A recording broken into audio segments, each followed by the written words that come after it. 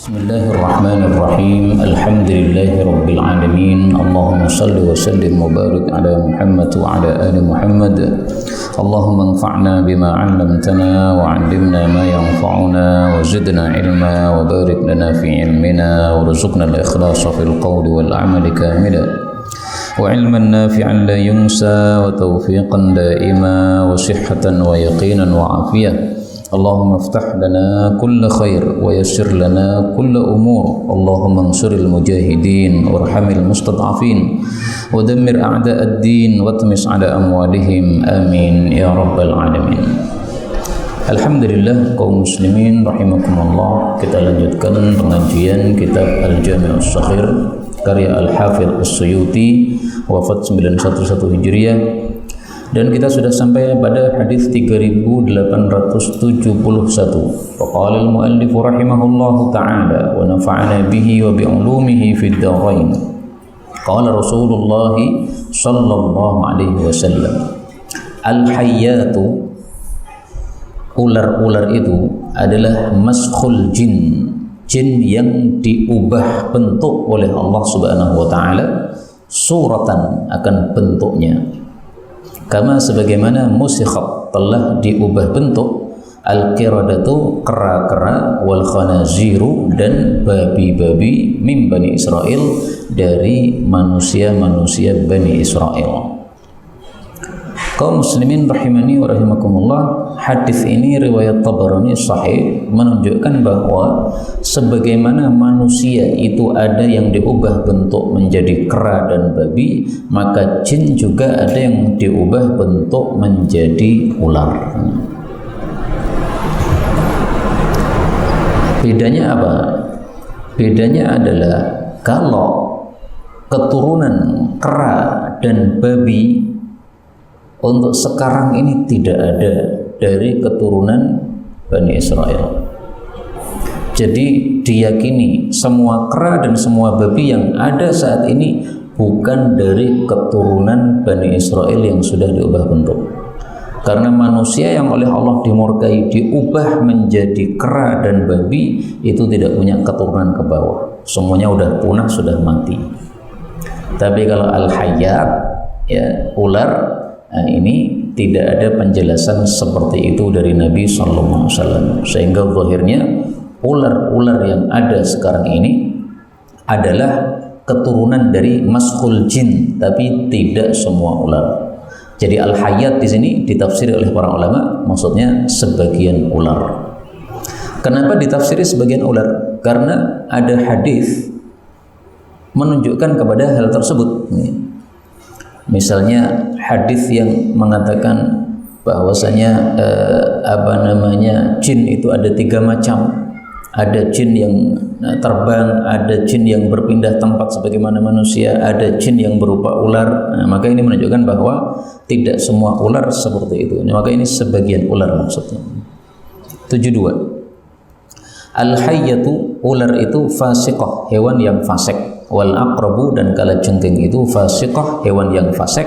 Wal fa'ratu, tikus itu fasiqah, hewan yang fasik. Wal ghurabu, dan gagak itu fasikun, hewan yang fasik. Hadis riwayat Ibnu Majah. Yang dimaksud fasik ini maksudnya adalah banyak keburukan darinya. Maka ular ini berbisa, kalajengking berbisa, tikus ini merusak banyak tempat, ya, lemari kitab dirusak, kitabnya juga dirusak. Nah, maka yang dimaksud fasik di sini maksudnya adalah karena mereka ini hewan-hewan yang merusak, maka boleh kita untuk membunuhnya. Ketemu ular dimanapun bunuh, ketemu kalajengking silahkan bunuh, tikus bunuh.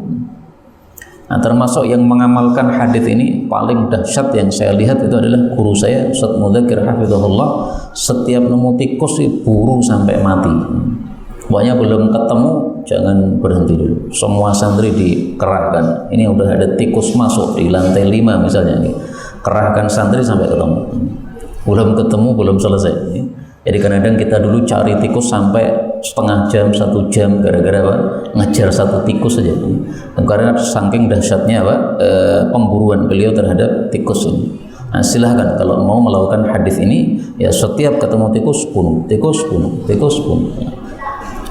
Untuk gagak, ini gagak menurut para ulama diperkecualikan gagak tanaman. Gagak tanaman tidak merusak sehingga tidak disebut sebagai fasik yang dimaksud dalam hadis ini. Nah, gagak tanaman yang kayak apa saya juga nggak paham. Pokoknya para ulama menafsirkan seperti itu. Gagak kecuali gagak tanaman. 73. Khaba, rugi, wa abdun, seorang hamba, wa khasira, dan rugi. Rugi dan rugi berarti ya bangkrut. Seorang hamba yang lam yaj'alillah, Allah tidak menjadikan fi qalbihi, dalam hatinya, rahmatan, kasih sayang, lil bashar, kepada manusia. Hadis diriwayatkan oleh Dulabi dalam kitab Al-Kuna, dan hadis ini derajatnya hasan. Hadis ini menunjukkan bahwa orang yang dalam hatinya ada kasih sayang kepada manusia, ini orang yang akan mendapatkan keberuntungan. Keberuntungannya apa? Dirahmati oleh Allah. Jadi sebagaimana dia punya rahmat kepada orang, kepada sesama manusia, maka Allah pun akan berikan rahmat kepada orang tersebut. Sebaliknya, orang yang tidak punya rahmat dalam hatinya kepada manusia, orang yang bengis, keji, maka dia akan rugi. Nah, istilah rugi dalam Quran dan hadis itu maksudnya adalah masuk dalam neraka. Kalau tidak percaya, silahkan nanti lihat dalam Quran kata-kata rugi, silahkan dikumpulkan. Nanti akan ketahuan bahwa maksud rugi dalam Quran itu maksudnya adalah apa? Masuk dalam neraka. Beruntung di dalam Al-Quran maksudnya adalah masuk surga. Karena itu mari kita punya rahmat, kasih sayang kepada manusia. Nah, termasuk bentuk empati kita kepada saudara-saudara kita di Palestina apa? Masih kita doakan kepada Allah Subhanahu wa taala. Baik seperti tadi yang dilakukan Ustaz Matin, ya, qunut nazilah. Nah, ini empati kita kepada saudara-saudara kita di Palestina. Atau doa secara umum. Misalnya pas sujud kita doakan saudara-saudara kita di Palestina, ketika bangun tidur doakan saudara-saudara kita di Palestina. Saya dari perang Palestina sampai sekarang ini tidak berhenti berdoa bangun tidur untuk mereka. Tolong semuanya juga begitu. Kenapa? Doa bangun tidur adalah mustajab. Rasulullah bersabda, barang siapa yang bangun tidur membaca doa la ilaha illallah wahdahu la syarika lahu lahul mulku wa lahu ala kulli syai'in qadir, subhanallah walhamdulillah wa la ilaha illallah wallahu akbar, lalu berdoa apapun akan dikabulkan. Nah, ini doa mustajab pada waktu bangun tidur. Nah, setiap malam kita doakan saudara-saudara kita, ini bentuk rahmatan lil bashar, kasih sayang kepada manusia. 74. Khalid bin Walid saifun, satu pedang, min suyufillah, dari pedang-pedangnya Allah Subhanahu wa taala. Untuk hadis ini ada dua komentar. Komentar pertama, Khalid bin Walid ini adalah seorang sahabat Nabi, tetapi bapaknya musuh bebuyutan Nabi, yaitu Walid bin Mughirah.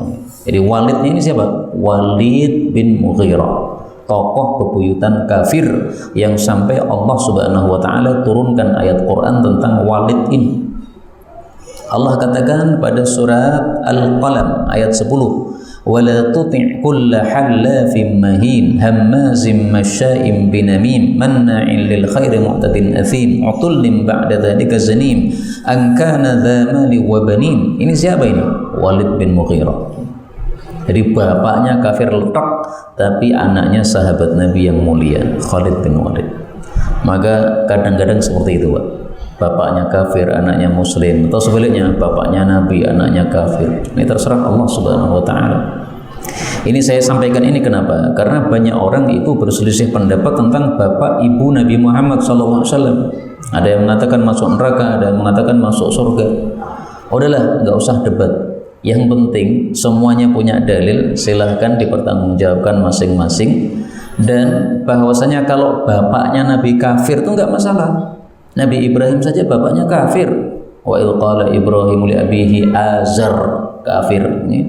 Nah, maka Khalid bin Walid pun juga bapaknya kafir, nggak ada masalah. Memang seperti itu kehendak Allah Subhanahu wa taala. Kemudian komentar yang kedua, ini hadis ada sababul wurudnya. Kenapa Nabi memuji Khalid bin Walid?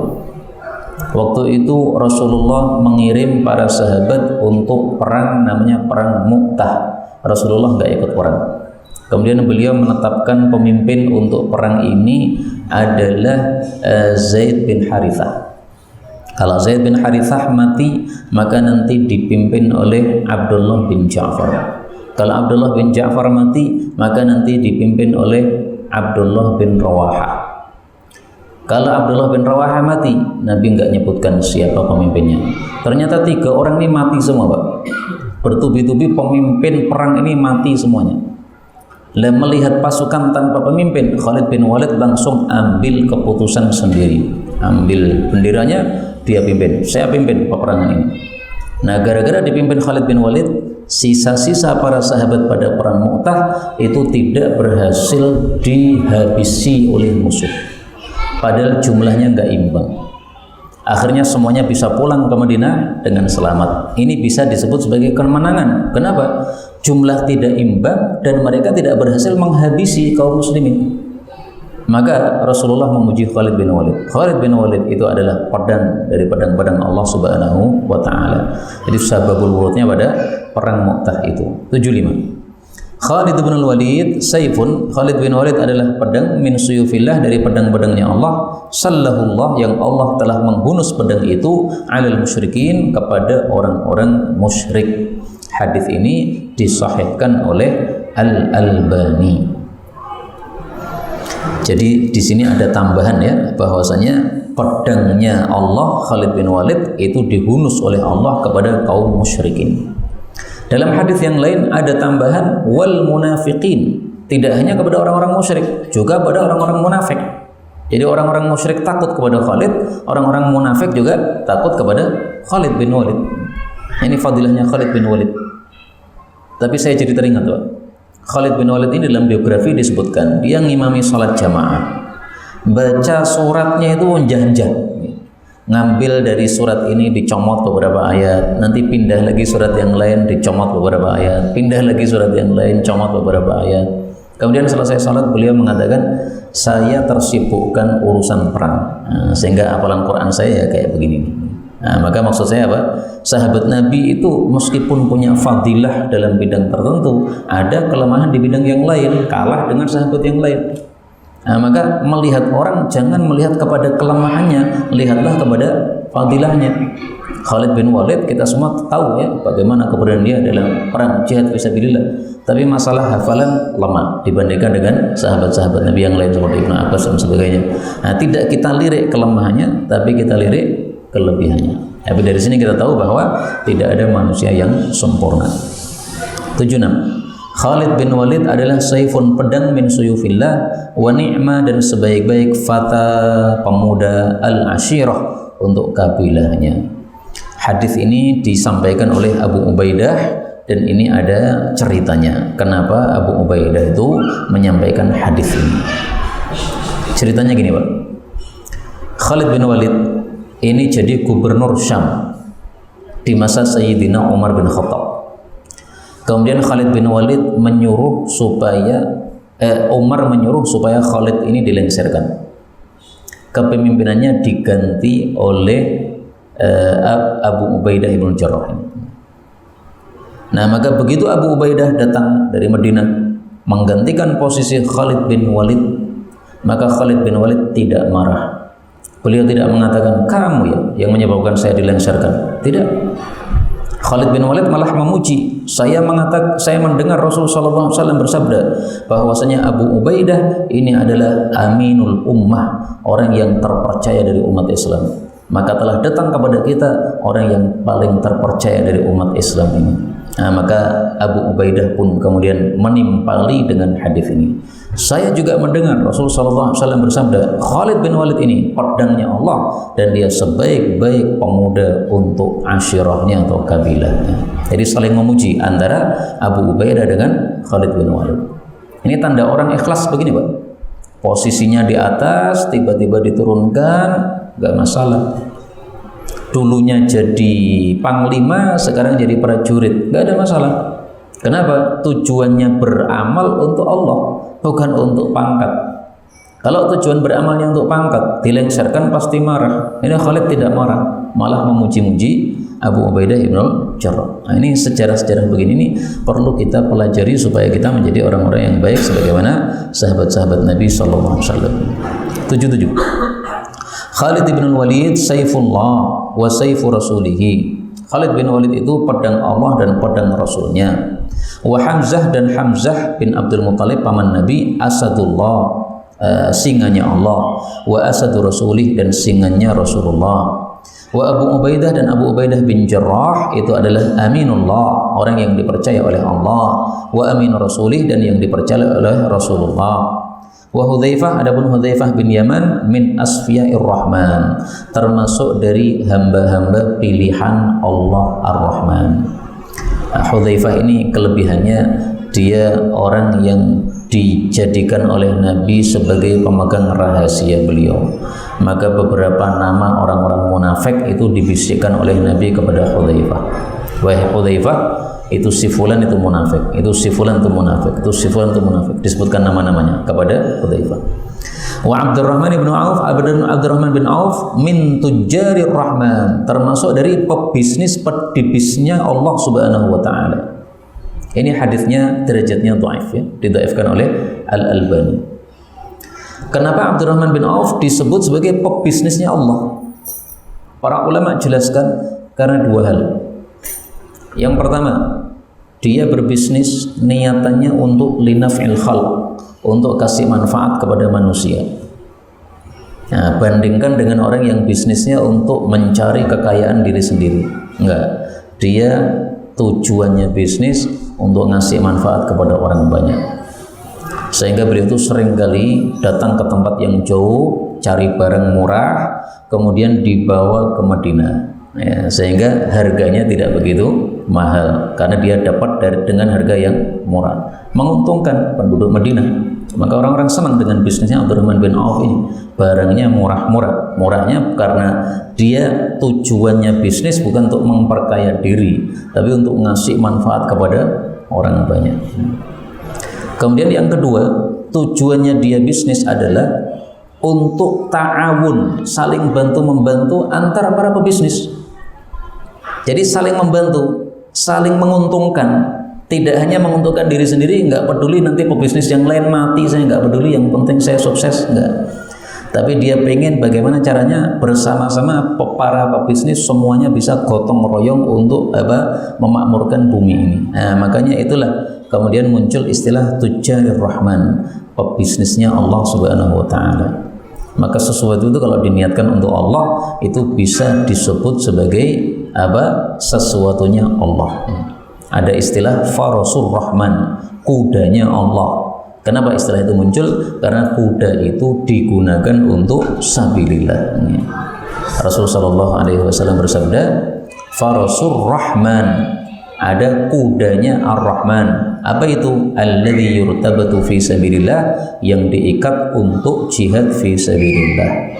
Maka tainya, makanannya, kemudian tainya, kemudian kencingnya, itu semuanya ditimbang oleh Allah menjadi pahala di hadapan Allah Subhanahu wa taala.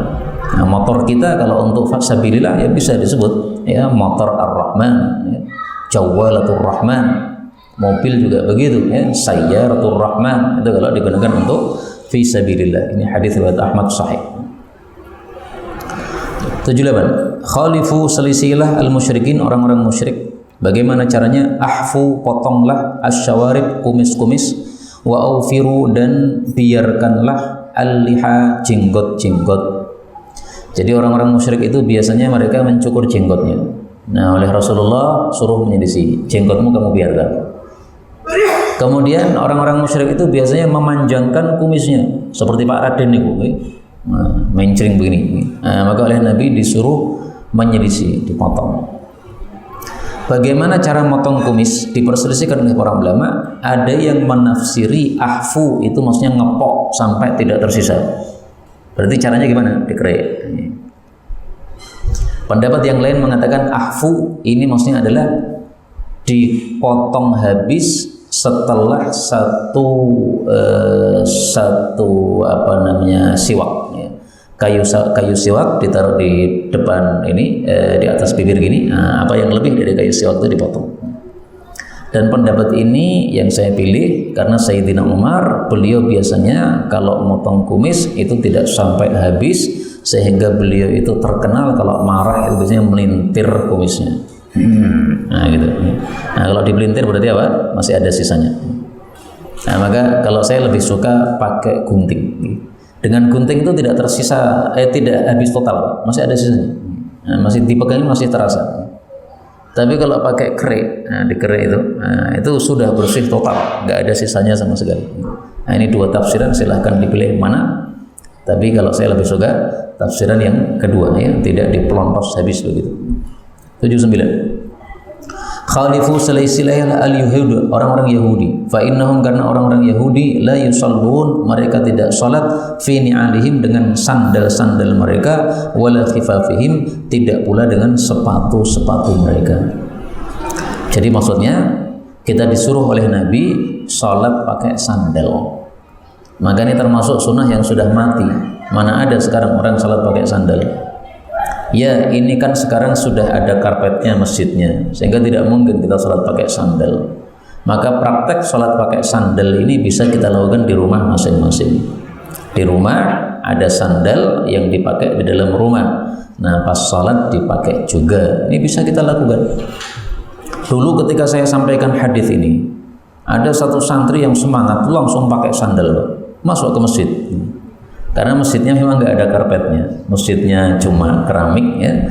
Kemudian dia sebelum pakai sandalnya itu sandalnya dicuci dulu. Nah Pak Imamnya ketawa-ketawa, ngopole nganggo sandal, ngamalke hadis Pak Kiai ini. Nah, maka dibiarkan oleh Pak Imamnya. Itu waktu saya di Karanganyar dulu. Nah seperti ini sunnah-sunnah Nabi seperti ini perlu dihidupkan. Karena kalau tidak dihidupkan, tidak akan ada yang tahu ada perintah Nabi sholat pakai sandal. Tujuannya menyelisih orang-orang Yahudi. Kalau panjenengan sholat pakai sandal yang ada pijitnya itu, nah itu malah jadi enak Pak. Sambil sholat sambil dipijiti, nah, sambil berdiri sholat terasa dipijiti, nggak apa-apa seperti itu. Kemudian prakteknya para sahabat Nabi dulu, mereka pakai sandal masuk masjid masih dengan sandal karena masjidnya itu masjid masih tanah. Nah di sini ada pembahasan fikih. Bagaimana kalau sandalnya itu menginjak tai sebelum sampai masjid? Menurut madhab Syafi'i qadim, madhab Syafi'i yang lalu, tai yang nempel di sandal itu sudah suci dengan sebab terkena debu pada langkah berikutnya. Sebelumnya nginjak tai lagi. Nah, kemudian setelah itu nginjak debu. Nah, debu ini sudah mensucikan bekas tai yang terinjak oleh sandal tadi. Ini mazhab qadimnya Imam Syafi'i. Tapi mazhab barunya Imam Syafi'i enggak. Kalau sudah nginjak tai, nah, maka harus dibersihkan dengan air, tidak cukup dibersihkan dengan debu. Nah, tapi saya sebenarnya rancu dalam hal ini. Yang dimaksud mazhab Imam Syafi'i yang baru itu adalah tai yang kering atau tai yang basah. Itu saya belum tahqiq di sini. Tapi ringkasnya mazhab Syafi'i dalam hal ini yang baru dengan yang lama berbeda. 80. Khadrul wajh, lemahnya wajah, minan nabidh, itu gara-gara minum nabidh. Tatanatsaru, berguguran, minhu, dari wajah tersebut, minhu, dari sebab nabil tersebut, dari sebab minum nabil, al hasanat, kebaikan-kebaikan. Hadis ini derajatnya palsu karena di dalamnya ada seorang perawi yang dikatakan sebagai pendusta oleh Imam Ahmad bin Hanbal, namanya Al-Waqidi. Adapun nabil, nah ini diperselisihkan oleh para ulama hukumnya, apakah halal ataukah haram. Apa itu nabil? Nabil adalah minuman peraman yang bisa memabukkan kalau diminum banyak, tapi kalau diminum sedikit tidak memabukkan, dan dia bukan terbuat dari anggur. Peraman kalau dari anggur memabukkan, namanya khamr. Kalau dari selain anggur, maka disebut oleh sebagian ulama bukan khamr tapi nabidh. Mayoritas ulama mengatakan nabidh haram. Kenapa? Karena kalau diminum banyak memabukkan, maka sedikit pun tetap haram. Diminum 1 botol mabuk, 1 gelas tidak mabuk, tetap haram. Karena kalau 1 gelas boleh, nanti orang lama-lama nambah, akhirnya mabuk juga. Nah, maka semua mayoritas para ulama mengatakan haram. Yang mengatakan halal adalah mazhab Hanafi saja. Mazhab Hanafi mereka sering minum nabir. Alasan mereka yang penting tidak mabuk. Tapi kalau peraman dari anggur, itu sedikit banyak pun tetap disepakati haram ya. Karena apa? Itu disebut sebagai khamr. Ya. Tapi kalau nabith ini yang terbuat dari selain anggur. Udah kita pakai mazhab mayoritas saja bahwasanya nabith haram karena kalau diminum banyak bisa memabukkan. 81. Khidmatmu wahai istri, zaujaki kepada suamimu, shadaqatun, itu bernilai sedekah. Hadis ini dhaif, tetapi isinya sahih. Kenapa? Karena Rasulullah bersabda dalam hadis yang lain bahwasanya kullu ma'rufin shadaqatun, setiap perbuatan baik itu bernilai sedekah. Nah, seorang istri berkhidmat kepada suami itu termasuk perbuatan baik, maka berarti itu bernilai sedekah. Dan hadis ini ada sababul wurudnya. Ada seorang wanita berkata kepada Rasulullah SAW, ya Rasulullah, kalau disuruh sedekah saya itu nggak bisa, nggak ada duit, kecuali kalau saya keluar rumah kemudian saya membantu kebutuhan orang, ya masakan orang atau gendong dagangan orang misalnya, atau nyucikan piring orang, saya baru dapat duit, saya baru bisa sedekah. Karena saya ini nggak punya penghasilan, saya cuma ibu rumah tangga. Nah, maka dijawab ini, khidmatuki zaujaki shadaqah. Nggak usah sedih, kamu di rumah melayani suamimu itu sudah bernilai sedekah. Jadi membuatkan teh untuk suami bernilai sedekah. Kemudian mensetrikakan baju suami bernilai sedekah. Jadi istri itu pahalanya banyak banget meskipun hanya di dalam rumah, yaitu berkhidmat untuk suaminya, itu sudah bernilai sedekah. 82. Khadijah istri Nabi SAW yang pertama, sabiqatu, yang mendahului nisa'il alamin, dari wanita-wanita seluruh alam, ilal imani billah, kepada iman kepada Allah, wa bi Muhammadin, dan kepada Nabi Muhammad sallallahu alaihi wasallam. Ini hadis yang dhaif tetapi isinya sahih. Memang yang pertama kali dari kalangan wanita masuk Islam itu adalah Khadijah. Bahkan para ulama katakan tidak hanya yang pertama dari wanita, dia yang pertama dari seluruh manusia yang Islam masuk Islam. Karena Rasulullah mendapatkan wahyu pertama kali di Gua Hira, kemudian ketakutan masuk rumah beliau. Siapa yang melayani? Khadijah. Yang menenangkan hati beliau Khadijah. Kemudian dijelaskan oleh pamannya Khadijah bahwasanya yang datang kepada suamimu itu adalah malaikat, itu sama dengan malaikat yang dulu datang kepada Nabi Musa. Nanti suamimu akan jadi nabi itu. Nah, langsung percaya Khadijah ini. Maka yang pertama kali beriman kepada Nabi berarti adalah Khadijah, karena dia pertama kali mendengar informasi itu dari Rasulullah SAW. Maka Khadijah lebih awal masuk Islamnya daripada Abu Bakar, lebih awal masuk Islamnya daripada Ali. Tapi bisa dikatakan 3 orang ini manusia yang paling awal masuk Islam. Khadijah paling awal dari para perempuan, Abu Bakar paling awal dari laki-laki dewasa, Ali paling awal dari anak-anaknya. Karena itu para ulama mengatakan Khadijah ini istri Nabi yang paling afdal, melebihi keafdalan Aisyah. Dan ini masalah khilafiyah. Sebagian ulama berpendapat yang paling afdal adalah Aisyah. Ringkasnya bisa 2 pendapat ini dikompromikan. Kita mengatakan Khadijah punya kelebihan yang tidak dimiliki oleh Aisyah. Aisyah punya kelebihan yang tidak dimiliki oleh Khadijah. Tapi secara umum Khadijah lebih utama daripada Aisyah secara umum. Dasarnya apa? Hadis yang kemarin sudah kita baca. Apa kata Rasulullah?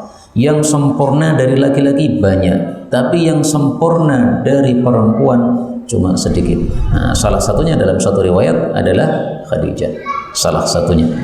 83. Khadijah itu adalah khairu nisa'i alamiha, paling bagusnya wanita-wanita yang alamnya, maksudnya yang semasa dengannya. Wa Maryam, sementara Maryam ibunya Nabi Isa khairu nisa'i alamiha, paling bagusnya wanita-wanita alamnya, yaitu yang semasa dengannya, yaitu wanita-wanita umat terdahulu. Wa Fatimah, dan Fatimah itu khairu nisa'i alamiha, yang terbaik dari wanita-wanita yang alam atau yang semasa dengannya. Hadis ini mursal, maka hadis ini dhaif. Tapi kita temukan hadis yang sahih yang semakna dengan hadis ini. Kita tampilkan yang sahih ya. Rasulullah bersabda, khairu nisa'iha Maryam bintu Imran, sebaik-baik wanita umat terdahulu Maryam. Wa khairu nisa'iha Khadijah bintu Khuwailid, sebaik-baik wanita umat akhir itu adalah Khadijah binti Khuwailid. Ini hadis muttafaqun alaih. Jadi hadis yang sahih dari hadis yang kita baca ini adalah kalimat yang pertama dan kedua, Khadijah dan Maryam. Adapun tambahan wa Fatimah inilah yang tidak sahih dari Rasulullah sallallahu alaihi wasallam. Jelas nggih? Nah, jadi Fatimah tidak ada penjelasan sebagai khairu nisa'iha. Tapi dalam hadis yang lain disebutkan bahwasanya Fatimah itu sayyidah wanita ahli surga. 84. Khadzil. Apa ya khadzil itu ya? Lemahkanlah musuh. Khadzil, lemahkanlah musuh. Anna, dari kami umat Islam. Fa innal harba, karena sesungguhnya perang itu khud'ah, tipuan. Hadis ini dhaif. Hadis ini ada ceritanya. Rasulullah berada di Madinah, dikepung oleh orang-orang kafir yang melakukan penyerangan bersama-sama. Komplotan Ahzab, koalisi orang-orang kafir, sehingga mereka menyerbu kota Madinah. Nah, Rasulullah terpaksa membuat parit di utara kota Madinah supaya musuh tidak bisa masuk kota Madinah. Nah, kemudian beliau berpesan kepada Hudzaifah, wahai Hudzaifah, khadzil anna. Jadi yang disuruh oleh Nabi ini Hudzaifah.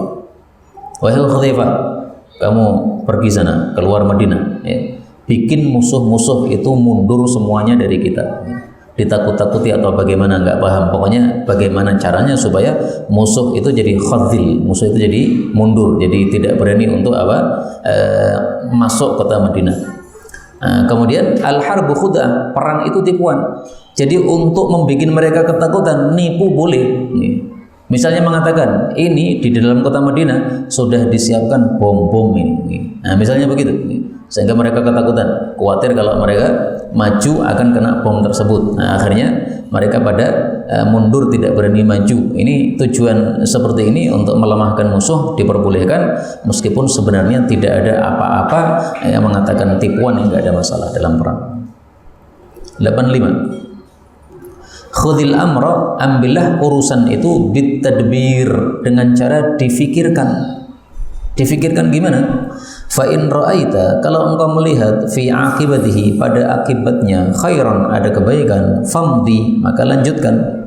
Wa in khifta, tapi kalau kamu khawatir ghayyan, ada keburukan, fa amsik, maka tahanlah, jangan dilanjutkan. Hadis ini dhaif, tetapi maksud isinya sangat bagus. Kalau mau melakukan sesuatu jangan asal-asalan, pikir dulu. Kalau memang kira-kira akibatnya baik, lanjut. Kira-kira akibatnya tidak baik, jangan dilanjutkan. Jadi intinya sesuatu yang bahaya itu jangan nekat dilakukan. Misalnya, panjenengan mendengar di motor panjenengan ada suara.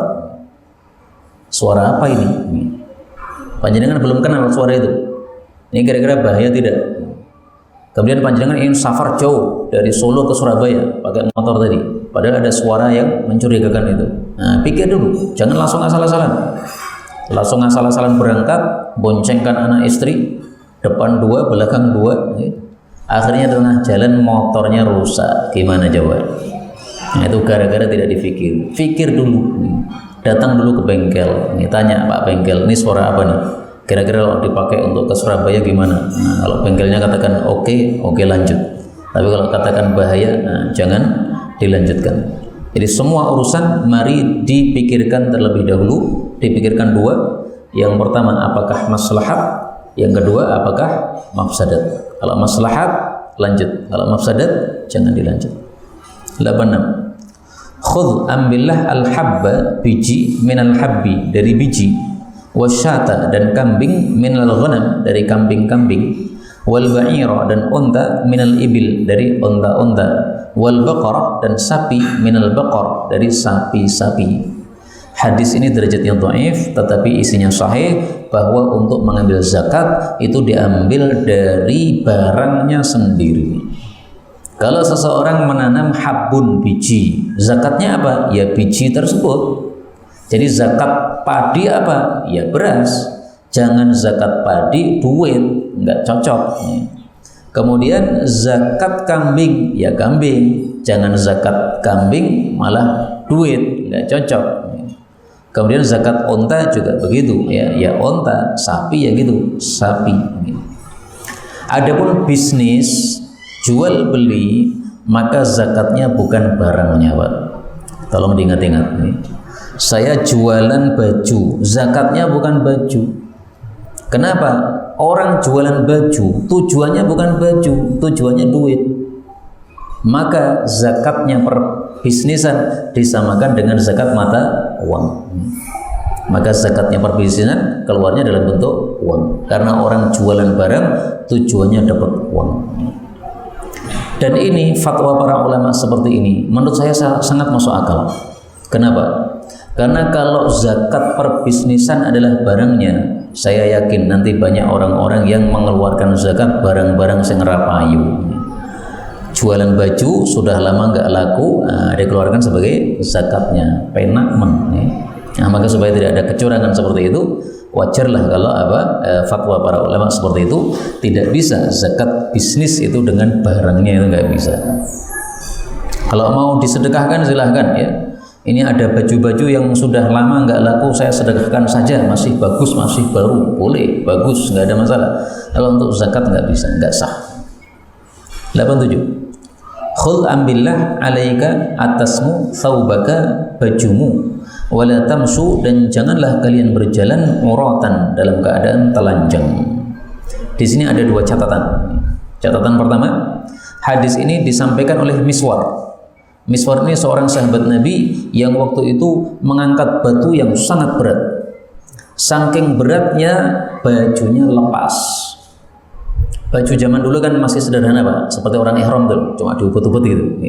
Nah, saking beratnya beban yang dia bawa, akhirnya bajunya lepas. Maka Rasulullah katakan, ambil bajumu, jangan berjalan dengan telanjang. Berarti hukum telanjang di luar rumah hukumnya adalah haram, karena dilarang oleh Rasulullah SAW. Catatan yang kedua, perhatikan di sini, khudh, ambillah. Ini yang disuruh adalah Miswar. Tapi kemudian beliau mengatakan wala tamsu, dan janganlah kalian berjalan. Kalian itu berarti semua sahabat yang waktu itu ada di situ.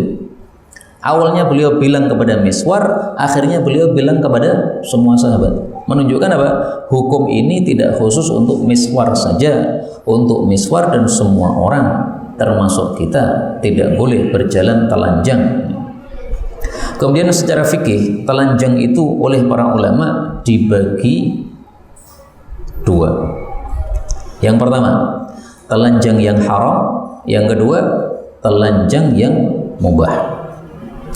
Telanjang yang haram adalah ketika ada orang yang tidak boleh melihat aurat kita, kita telanjang di hadapannya, nggak boleh. Misalnya bapak telanjang di depan anak, haram, karena tidak boleh seorang anak melihat auratnya bapak. Yang kedua, telanjang yang halal, yang mubah, yaitu telanjang di depan orang yang boleh melihat aurat kita. Budak kita boleh melihat aurat kita. Budak perempuan lagi, bukan budak laki-laki. Maka telanjang di depan budak perempuan milik kita, nggak apa-apa. Di depan istri telanjang, boleh, nggak ada masalah. Adapun hadis yang mengatakan kalau hubungan suami istri jangan telanjang bulat, tapi pakailah sebagian bajumu, hadisnya dhaif, sehingga tidak bisa dijadikan sebagai dasar hukum. Pertanyaan, bagaimana kalau kita telanjang tapi nggak ada orang? Istri nggak ada, anak juga nggak ada, di rumah sendirian. Nah, di sini terjadi perselisihan pendapat di antara para ulama. Sebagian ulama mengatakan haram, dan ini yang dipilih oleh mazhab Syafi'i. Kenapa? Karena meskipun kita tidak ada orang, Allah masih melihat kita, dan malaikat itu selalu menyertai kita. Kanan kiri kita ada malaikat. Jadi malulah kepada malaikat. Ngapa kowe nang omah utuh dhewe ngono? Padahal tidak diperlukan. Kalau diperlukan, hukumnya tidak haram lagi, menjadi boleh. Misalnya seseorang setelah mandi kemudian ingin ngolesi tubuhnya dengan obat karena dia sekujur tubuhnya sakit. Nah, dia berada di kamar telanjang, tidak ada orang yang melihat dia. Untuk apa? Ngobati penyakit-penyakitnya itu. Nah, nggak ada masalah, ini karena ada hajatnya. Yang diperselisihkan tadi adalah yang tanpa hajat. Jadi tidak ada keperluan apapun, dia telanjang sendiri tanpa ada yang melihat. Nah, ini diperselisihkan hukumnya, ada yang mengatakan makruh, ada yang mengatakan haram. 88. Khudh ambillah haqqaka hakmu fi afafin, dengan cara afaf. Afaf itu menahan diri dari keharaman. Wafin, baik sempurna, au ghairu wafin, atau tidak sempurna. Hadis ini didhaifkan oleh Al-Albani. Maksud hadis ini adalah kalau kamu menagih utang, itu menagihlah dengan cara yang afaf, dengan menahan diri dari perbuatan yang haram. Misalnya haram apa? Nagih sambil misuh-misuh kepada orang yang kita utangi. Kamu itu bla bla bla, misuh-misuh untuk ngata-ngatai orang itu berarti nggak afaf. Kamu tagih utangmu tapi secara afaf. Misalnya mengatakan biasa saja, Pak, ini utangnya sudah jatuh tempo ini, kapan mau dilunasi ini.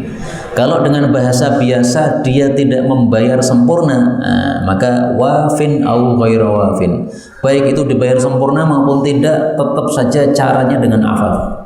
Jangan gara-gara tidak dibayar sempurna akhirnya kemudian kata-kata yang kotor keluar, jangan. Jadi jangan sampai utang yang kita tagih menyebabkan kita berdosa, jangan. Kalaupun menyebabkan berdosa, silahkan dosanya pada orang tersebut yang sudah kita utangi tidak mau membayar padahal sudah jatuh tempo. Jangan sampai dosanya terjadi pada kita.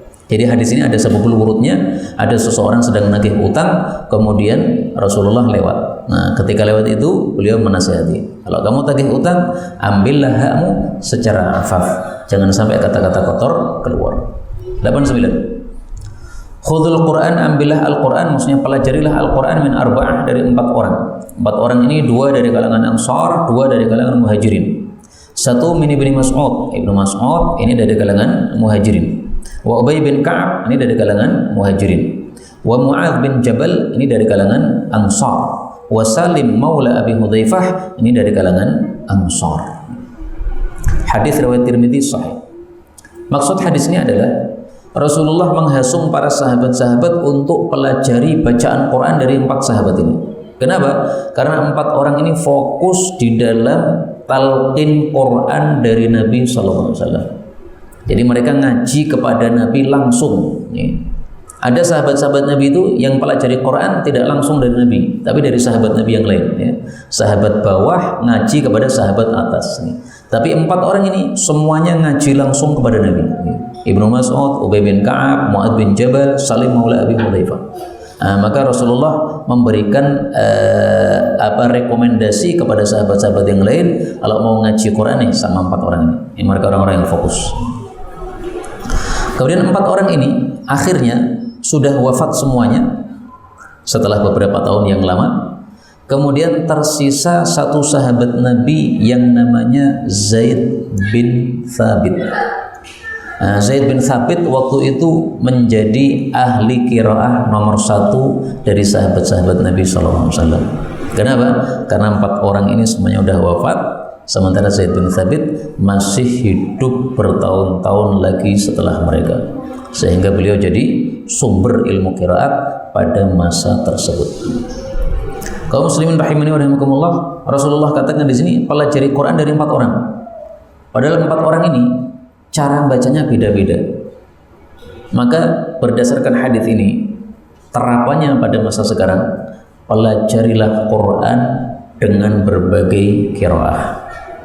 Kalau kita hanya satu qiraah, berarti cuma ngambil dari satu orang, Ibnu Mas'ud saja, atau Ubay saja, atau Mu'ad saja, atau Salim saja. Padahal Nabi suruh untuk ngambil dari 4 orang ini. Kalau kita mau ngambil semuanya dari 4 orang ini, otomatis kita mempunyai qiraat yang banyak. Karena itu membaca Quran sekarang ini ada 10 macam qiraat yang semuanya mutawatir dari Nabi SAW. Ini kalau bisa dipelajari semuanya. Tapi tentu saja yang sudah lancar, ya. Yang belum lancar sudah satu macam qiraat saja. Tapi yang sudah lancar, Asim sudah lancar, riwayat Hafaz sudah lancar, pindah riwayat Syu'bah sudah lancar, nanti qiraah yang lain, Yaqub dan sebagainya. Ada 10 qiraat. Terakhir 90. Khudhu ambillah minal amal, dari amalan ma tutiqun, apa yang kalian mampu. Fa innallaha, karena sesungguhnya Allah, la yamallu, tidak akan bosan, hatta tamallu, sampai kalian bosan. Hadis muttafaqun alaih. Maksud hadis ini adalah lakukanlah amalan yang kalian mampu untuk continue padanya. Jadi jangan memaksakan diri amal yang kita nggak bisa continue. Misalnya apa? Paling gampang misalnya gitu. Puasa itu kan ada puasa Senin Kemis, ada puasa Ayyamul Bid, ada puasa Daud. Nah, kita lihat kemampuan kita seberapa. Kemampuan saya itu Senin Kemis, ya sudah, jangan Ayyamul Bid, jangan apa? Daud, nanti nggak akan kuat, nggak bisa istiqomah. Jadi maksudnya matutikun itu adalah matutikun al-istiqomah. Lakukanlah amalan yang kalian bisa mampu untuk istiqomah padanya. Yang tidak bisa istiqomah, nggak usah dibebani begitu. Maka istiqomah itu lebih bagus daripada amalan yang banyak tapi kemudian berhenti setelah merasa lelah. Misalnya nih, panjenengan melazimi setiap hari baca Quran 1 juz, itu lebih baik daripada khatam Quran dalam 1 malam tapi cuma berlangsung sepekan tok. Habis sepekan kemudian waduh, ternyata tele saya ya, setiap malam khatam, habis itu sudah nggak baca Quran lagi, nggak bagus. Yang lebih bagus adalah sedikit tetapi istiqomah. Makanya para ulama mengatakan amalan yang sedikit, yang istiqomah itu mengalahkan amalan yang dahsyat tapi nggak istiqomah. Saya kasih contoh, Pak. Setiap saya ngajar begini, itu saya ambilkan cuma 20 hadis. Tapi akhirnya hampir selesai juga, Pak. Ini sudah hadis 3890. Sementara kitab ini sudah kita baca dulu dari tengahnya sampai akhir, kemudian dari awalnya menuju ke tengah lagi. Ini kitab ini kan isinya 10.000 hadis. Kalau dulu dari tengahnya itu adalah dari hadis 5.000, ya. Berarti sudah sampai 10.000 sudah selesai. Kemudian dari hadis 1 nanti sampai hadis 5.000. Ini sudah 3.890. Berarti kira-kira kan sekitar 1000-an hadis lagi nanti. Selesai. Kok bisa selesai? Padahal kitabnya 1000 hadis, 10.000 hadis isinya nih. Ini karena istiqomah. Setiap Sabtu kumpul. Mungkin dulu mulainya tahun 2013, mungkin saya lupa. Sekarang 2024 nih, 10 tahun punjul. Tapi kalau istiqomah, maka lama-lama akan selesai. Bandingkan dengan orang yang ngaji terus, tetapi kemudian berhenti, ya nggak akan bisa selesaikan dengan menyelesaikan banyak kitab. Kemudian yang dimaksud ini, Allah tidak akan bosan sampai kalian bosan. Maksudnya Allah tidak akan berhenti ngasih pahala sampai kalian bosan dari beramal. Kalau sudah bosan beramal, Allah hentikan pahala. Tapi kalau tidak berusaha beramal, Allah kasih pahala terus meskipun amal kita sedikit. Ini yang dapat kita sampaikan. Wallahu a'lam bishawab. Alhamdulillahirabbil alamin.